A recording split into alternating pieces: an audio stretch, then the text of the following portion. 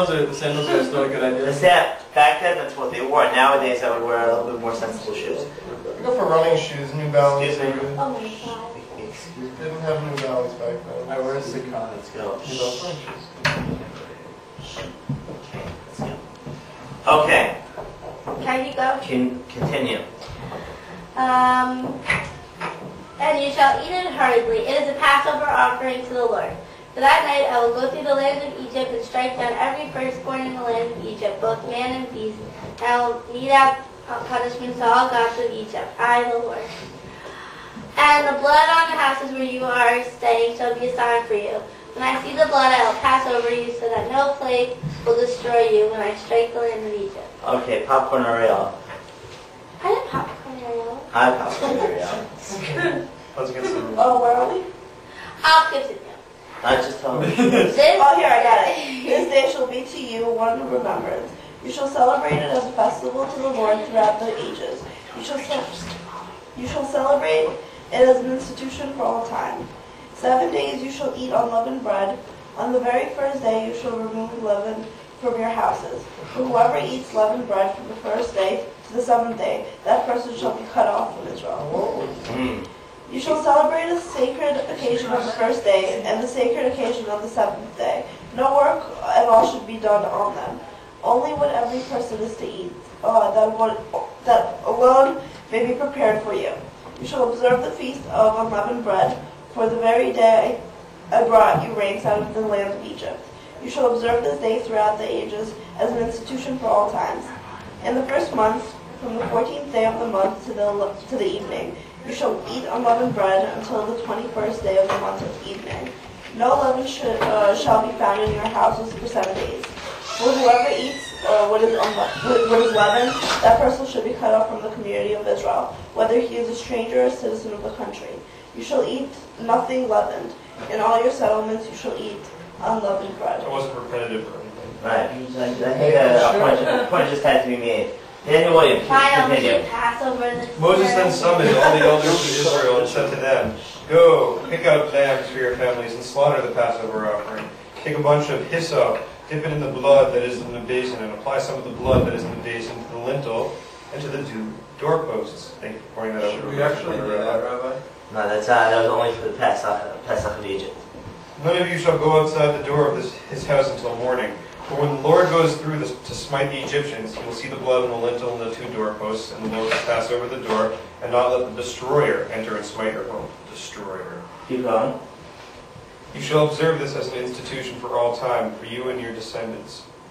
And when you enter the land that the Lord will give you, as he has promised, you shall observe this rite. And when your children ask, 'What do you mean by this rite?' you shall say, 'It is the Passover sacrifice to the Lord, because he passed over the houses of the Israelites in Egypt when he smote the Egyptians, and Pause for a saved our moment. houses.'" Yes, what do you think? It says, "You shall observe this as an institution for all time for you and for your descendants." This is true. Everyone's supposed to keep Passover. No, but I believe he's talking about the I like blood on the Passover. No doorpost. carbs for a whole week.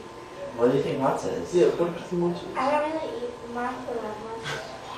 Oh, Randy brings up a good point. well, what does he When he say? says this institution, they never distinguish whether or not you're supposed to do the blood on the doorpost or not. He thinks that's applying to that. He thinks Oh, you that- mean that's what he's saying? Yeah, he thinks that it means that you should still do the blood on the doorpost. Hmm. I live on- I live Well, on- it never says you don't. You should. I mean, Sammy? Sorry. it Continue. never says that. It picks out that specifically and says you don't have to do it any longer. That's only for the one in Egypt. Very good. Well, so let me tell you another rule that we have, by the way, because in what's it called? In Bamidbar, Pashas Baloscha, it goes through the laws of Purim Pesach again, and there it doesn't mention anything about doorposts, and that's the second Pesach. Anytime that we have a rule, a law that we learn about before the giving of the Torah, in of course, think of this parsha, Yisro, everywhere from Yisro and forwards, what's it called? Everything after Parshas Yisro usually is the Today. that's what I'm looking for. Is the application of the law today. If it's not mentioned anywhere except for before Parshat Bo. So then, before Parshat Yitro. So then we'll So I use it understand. as Kind of, well. this is the instruction for the first Seder. Right. Then it repeats again for the second, the Seders later on, but Right. everything's the same except for the one on the door. But if you remember, we did we discussed last week a little bit some of the comparisons with maybe that was the other class.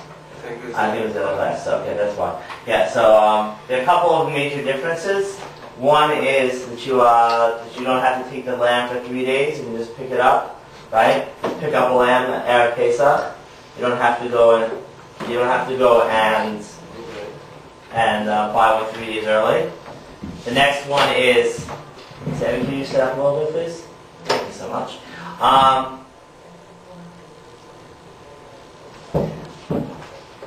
So the next one is that we have this the blood thing is also something which is different.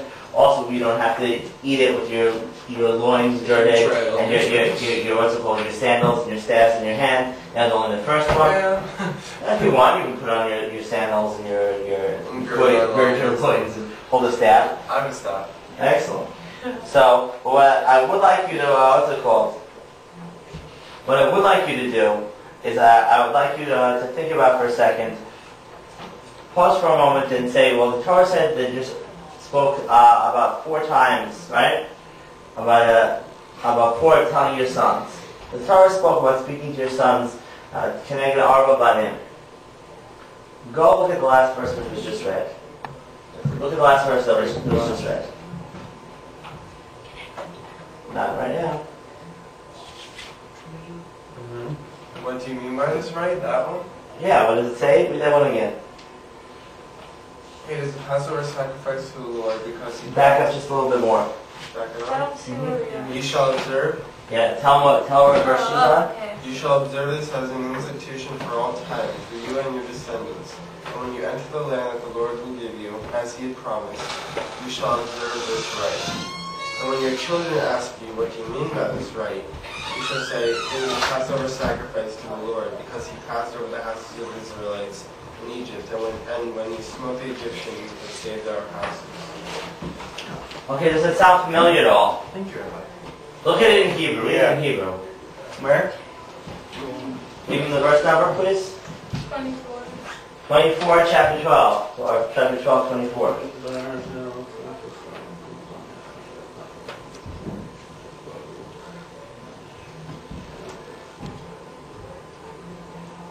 That's something about sharing with the sons.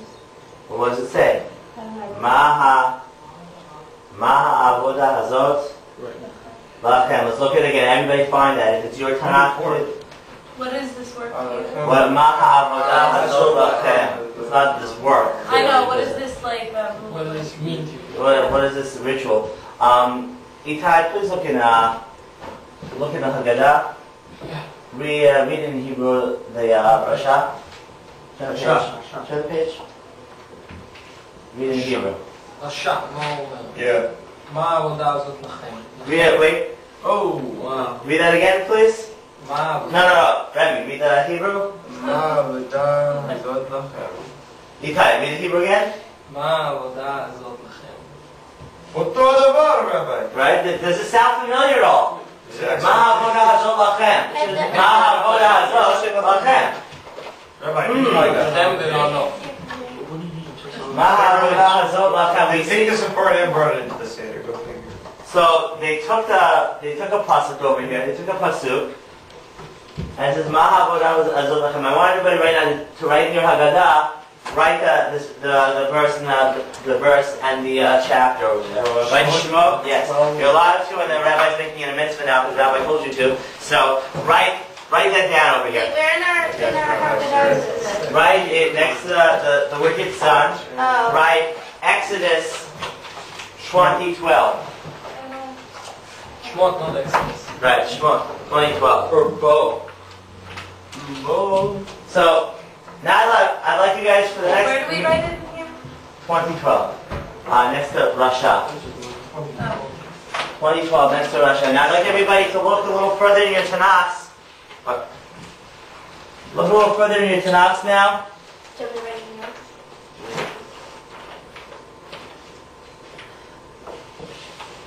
What does the answer say, by the way? Answer number, what's the answer? Read the answer that's given in the what's it called, in the Tanakh. Same thing. What does it say?